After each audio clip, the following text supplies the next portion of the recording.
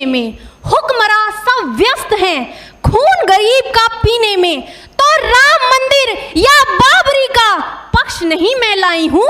घायल भारत चीख रहा है, चीख सुनाने दर्द हद से तब गुजरने लगता है जब मेरी आंखों के सामने ताज, पुलवामा, छत्तीसगढ़ में शहीद हुए जवानों के शत विशत अधजले शरीर के टुकड़े, रेत के टीलों से ऊपर जाती लाशों के ढेर और कश्मीर की खून से सनी लाल रंग की सड़कों के दृश्य सामने आते हैं। उस पर मेरे प्रतिपक्षी महोदय का कहना ये कि मानवाधिकारों की अनुपालना करते हुए देश से उग्रवाद और आतंकवाद को समाप्त किया जा सकता है। महोदय, अब तो हमारा तिरंगा झंडा भी हमसे ये पूछने लगा है कि क्या बात है भारत, आजकल फहराने से ज्यादा मैं कफन में दफनाने के क्यों काम आ रहा हूं। महोदय, हृदय तो उस दिन फट गया जब बूढ़ी मां अपने बेटे के चिथड़ों को देखकर बोली कि साहब आप तो भर्ती में 1 इंच भी कम नहीं लेते, मैं आधा शरीर कैसे ले लूं। महोदय, विधवा की वेदना चीख चीख कर ये कहती है कि प्यार भी भरपूर गया, मांग का सिंदूर गया, नन्हे नौनिहालों की लंगोटियां चली गई, छोटी छोटी बेटियों की चोटियां चली गई, और आपके लिए तो एक आदमी मरा है साहब, मेरे घर की तो रोटियां ही चली गई। महोदय है क्योंकि महोदय फूल को श्रृंगार दो ये मुमकिन नहीं, और एक वीर को झनकार दो ये मुमकिन नहीं, जो हाथ बांधे सेना के ऐसे मानवाधिकार का पालन संभव नहीं। महोदय, आज सत्यनिष्ठा के मार्ग पर चलते हुए भी हमारे देश का जवान इन आतंकवादियों, इन पत्थरबाजों से डरता है, क्योंकि वो जानता है कि उसकी राइफल से निकलने वाली गोली अगर टारगेट को हिट नहीं भी करेगी तो भी 400 मीटर तक जाएगी, और यदि इस बीच वो किसी निर्दोष को लग गई तो महोदय हमें अपनी नौकरी से हाथ तक धोना पड़ सकता है।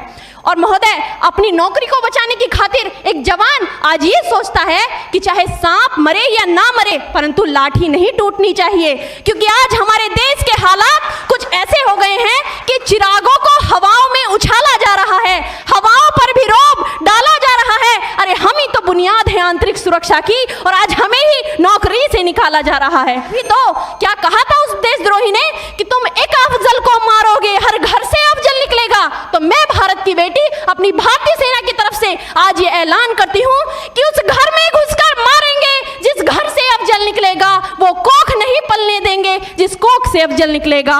उठो देश के वीर जवानों, तुम सिंह बनकर दहाड़ दो और एक तिरंगा झंडा उस कन्हैया के सीने में गाड़ दो।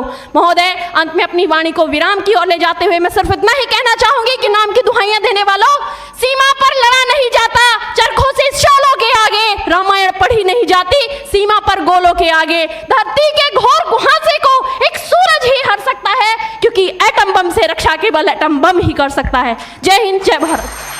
नहीं, वह खून कहो किस मतलब का आ सके देश के काम नहीं, वह खून कहो किस मतलब का जिसमें जीवन न रवानी है, जो परवश होकर बहता है वह खून नहीं है पानी है। उस दिन लोगों ने सही सही खून की कीमत पहचानी थी, जिस दिन सुभाष ने बर्मा में मांगी उनसे कुर्बानी थी। बोले स्वतंत्रता की खातिर बलिदान तुम्हें करना होगा, तुम बहुत जी चुके जग में लेकिन आगे तुम्हें मरना होगा। आजादी के चरणों में जो जयमाल चढ़ाई जाएगी वह सुनो तुम्हारे शीशों के फूलों से गूंथी जाएगी।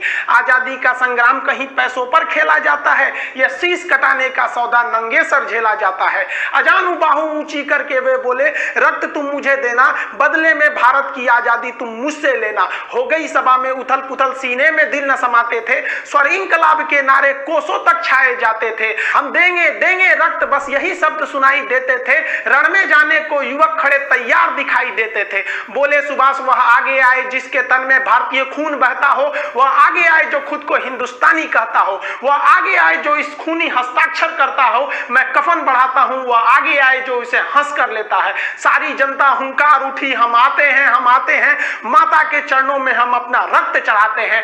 उस दिन देखा साहस से भरे युवक बढ़ते ही जाते थे, चाकू छुरी कटारों से वे अपना रक्त बहाते थे, फिर उस रक्त की स्याही में वे अपनी कलम डुबाते थे और आजादी के परवाने पर हस्ताक्षर करते जाते थे। उस दिन तारों ने देखा हिंदुस्तानी विश्वास नया, जब लिखा भारत के महावीरों ने खून से इतिहास नया।